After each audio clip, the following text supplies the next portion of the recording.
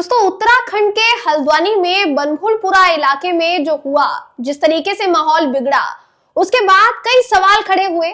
प्रशासन के अगर माने तो उनके ऊपर हमला हुआ और वहां वो गए तो स्थिति जो है वो देखते ही देखते बिगड़ गई, जबकि वहां वो हाईकोर्ट के आदेश के बाद गए थे। उनके पास पूरा इस बात का सबूत था कि वहां जो जमीन कब्जाई हुई थी कथित तौर पर, उसको छुड़ाने के लिए उनके पास पूरा अधिकार था। ये कहते हुए प्रशासन ने अपनी सफाई पेश की है दोस्तों। मगर हल्द्वानी कांड में अब एक से बढ़कर एक खुलासे हो रहे हैं। जो सरकार कह रही है या जो प्रशासन कह रहा है, जो पुलिस कह रही है दोस्तों, उससे इतर हाईकोर्ट के वकील का, इसी के साथ साथ पत्रकारों का, वहां के स्थानीय निवासियों का क्या कुछ कहना है, इस खबर में आपको बताऊंगी दोस्तों। निश्चित तौर पर आप दंग रह जाएंगे एक एक खुलासा जानकर। आपसे गुजारिश है कि इस वीडियो को आखिर तक जरूर देखिएगा। नमस्कार दोस्तों, मेरा नाम है जयंती झा और आप देख रहे हैं दी कंटाप। दोस्तों बहुत ही जरूरी खबर और बहुत ही जानकारी वाली खबर क्या है उत्तराखंड के हल्द्वानी से। थोड़े समय पहले जिस तरीके से 8 फरवरी को माहौल बिगड़ा, दंगे हुए, हल्द्वानी में हिंसा हुई, घर जला दिए गए, पुलिस का आरोप है कि उनके ऊपर भी हमला किया गया। उनके ऊपर जैसे ही पुलिस वहां पहुंची थी तो पुलिस पर कांच की बोतलें फेंकी गई थी। कांच की बोतलों से पुलिस वालों को मारने की, जान से मारने की कोशिश की गई, उनको जिंदा जलाने की कोशिश की गई। ये सारी बातें पुलिस ने अपने बयान में कही है, पुलिस ने अपने आरोपों में कही है, वहां के स्थानीय निवासियों पर यह आरोप लगाते हुए। मगर वहां के स्थानीय निवासियों का पक्ष क्या है, पत्रकारों का पक्ष क्या है, वकीलों का पक्ष क्या है? क्या प्रशासन ने जल्दबाजी की? क्या प्रशासन वहां जल्दबाजी में गया था? 14 फरवरी तक मामले पर स्टे लगा हुआ था, मामला हाईकोर्ट में लंबित था, मामले में 14 फरवरी को सुनवाई होने वाली थी। तो फिर सवाल ये उठता है कि आखिर क्यों 8 फरवरी को इतनी जल्दबाजी में प्रशासन वो मस्जिद और मदरसा तोड़ने के लिए वहां पर पहुंच गया, मजार तोड़ने के लिए पहुंच गया?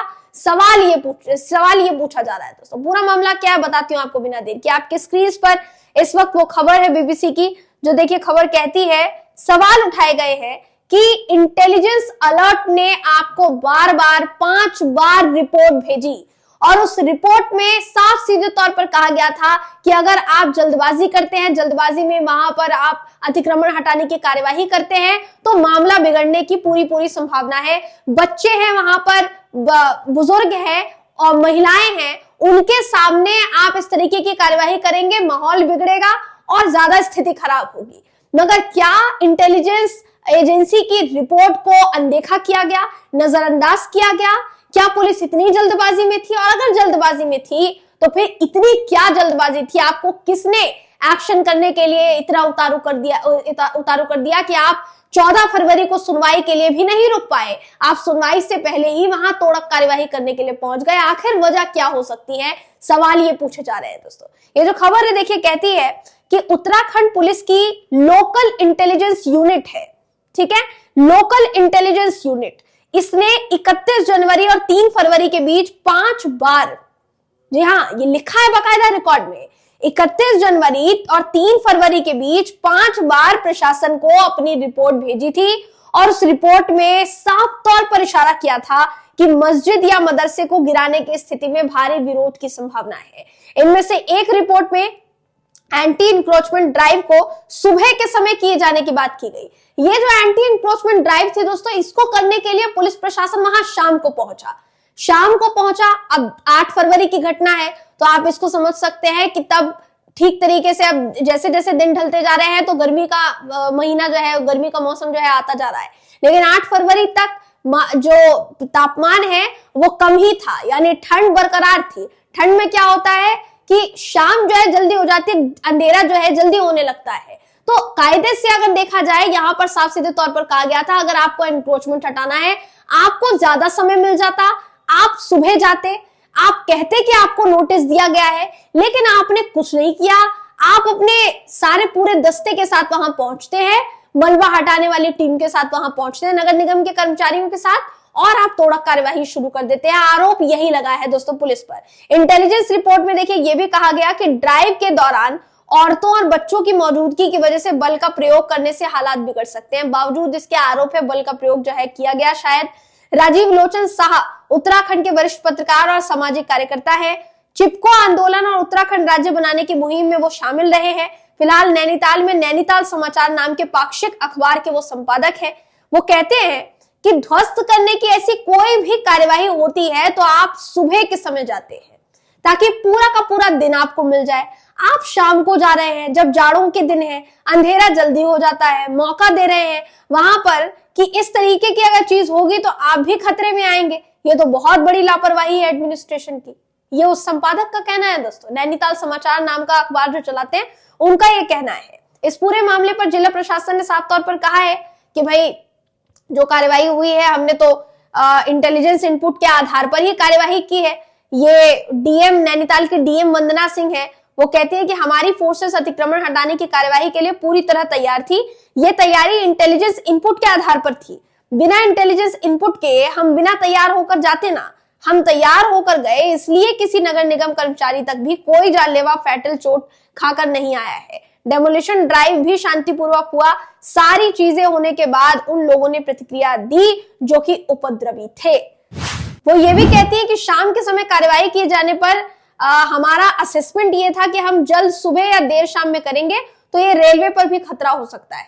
हमारी 1-2 ट्रेनें वहां खड़ी भी रहती हैं जो सुबह आ जाती हैं, शाम को आ जाती हैं। किसी भी प्रकार का अगर हिंसक रिएक्शन होगा तो वो रेलवे पर भी होगा, जो थाने पर भी निकला। अब प्रशासन ने क्या जल्दबाजी की, ये सवाल पूछा जा रहा है। तो इस सवाल पर जवाब क्या है दोस्तों, इसको सुनिए। जैसा मैंने कहा 14 फरवरी को सुनवाई होने वाली थी, मामला लंबित था। मामले में 30 जनवरी को नोटिस दिया गया था। उस कथित तौर पर जो अतिक्रमण था उसको हटाने के लिए 30 जनवरी को नोटिस दिया गया था। अब एक मदरसा था और एक मस्जिद थी। 6 फरवरी को उत्तराखंड हाईकोर्ट में एक याचिका दायर की जाती है जिसमें 30 जनवरी के नोटिस को रद्द करने की मांग की जाती है। याचिका में कहा जाता है कि जमीन पर प्रशासन को ना तो जबरन करने का कब्जा करने की इजाजत दी जानी चाहिए, ना ही ध्वस्त करने की इजाजत दी जानी चाहिए। हाईकोर्ट ने इस पूरे मामले पर सुनवाई के लिए 14 तारीख को जो है तय किया कि 14 तारीख को हम सुनवाई करेंगे, तब तक मामले पर स्टे लगा दो, ऐसा कहा गया। 8 फरवरी की शाम प्रशासन ने वहां जाकर जल्दबाजी में गिरा दिया। जल्दबाजी बताई जा रही है इसको प्रशासन की। हाईकोर्ट ये पूरा मामला पहुंचा हुआ है। अगर आप गौर से इसको देखेंगे, आप अपनी स्क्रीन पर भी देख सकते हैं। मैं आपको दिखा रही हूं कि किस तरीके से ये जो उत्तराखंड हाईकोर्ट ऑर्डर है फरवरी 8 का, वो यहाँ पर सीधे तौर पर मेंशन किया गया है। अब the corporation did not wait for the next hearing, it went ahead with the. ये जो 8 फरवरी को नोटिस दिया गया था, 8 फरवरी को जो आदेश दिया गया था मामले में, उसी के आधार पर प्रशासन कह रहा है कि हमने कार्यवाही की है। जबकि मामले में हाईकोर्ट का दरवाजा खटखटाया गया। हाईकोर्ट ने इस पूरे मामले की सुनवाई आगे के लिए तय की।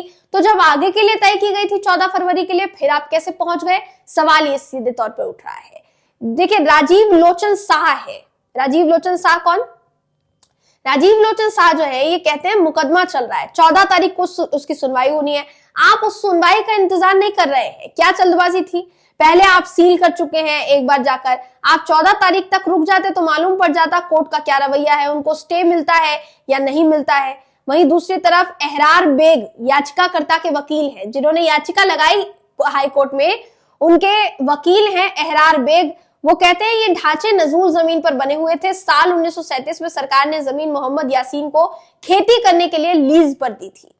अब कहा यह जाता है दोस्तों कि जो भी जमीन नजूल पर होती है और लीज पर दी जाती है, उस पर मनाही होती है। किसी भी तरीके से आप उसको बेच नहीं सकते, उस पर आप किसी चीज का निर्माण नहीं कर सकते। ऐसी जो फैक्ट्स हैं, जो तथ्य हैं, वो सामने आ चुके हैं। कुल मिलाकर कहा यह जा सकता है कि प्रशासन अपनी तथ्य जो है रख रहा है सामने कि हमने बिल्कुल कायदे से कार्यवाही की है। लेकिन स्थानीय निवासी हो चाहे, या फिर वकील हो जिन्होंने हाईकोर्ट में मामला दर्ज करवाया, या फिर पत्रकार हो, उनका यह कहना है कि जल्दबाजी में कार्यवाही की गई है। अगर प्रशासन थोड़ा अलर्ट मोड में रहता और इंटेलिजेंस रिपोर्ट के अनुसार चलता तो हो सकता था कि इतनी बड़ी हिंसा नहीं होती। अब सबसे बड़ा सवाल दोस्तों यहाँ ये कि किसकी गलती ठहराई जाए। हमने यहाँ किसी की गलती नहीं ठहराई।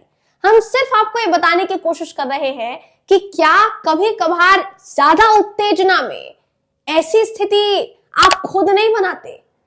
अगर जल्दबाजी मान लीजिए उन्होंने की, जल्दबाजी में नहीं गए होते तो हो सकता था कि जो कुछ भी हुआ, जिन लोगों की जान गई, जो घायल हुए, जो अपने घर छोड़ने के लिए मजबूर है, ये सब कुछ नहीं होता। मगर ये सब हुआ, इसका जिम्मेदार आप किसको मानते हैं दोस्तों? इस खबर को सुनने के बाद अपनी राय कमेंट करके जरूर बताइएगा। अगर आपको ये वीडियो पसंद आया हो तो वीडियो को लाइक कीजिए, शेयर कीजिए, चैनल को सब्सक्राइब करना बिल्कुल भी ना भूलें। फिर मुलाकात होगी आपसे अगली वीडियो में, तब तक के लिए नमस्कार।